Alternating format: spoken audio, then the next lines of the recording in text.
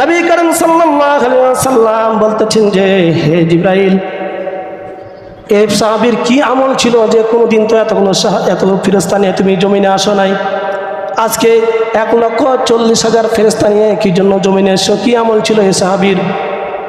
তখন জিবরাইল আলাইহিস সালাম বললেন, ইয়া রাসূলুল্লাহ, ইয়া হাবিবাল্লাহ, আপনার এই সাহাবী কায়দান আও কায়মান, কায়মান আও কায়দান, জালিসান আও মাশিয়ান, উঠতে বসতে চলতে ফিরতে সব সময় সূরা ইখলাস পাঠ করত। এটা আল্লাহ রাব্বুল আলামিনের কাছে বেশি পছন্দ হয়ে গেছে। কি পড়তো বলেন তো?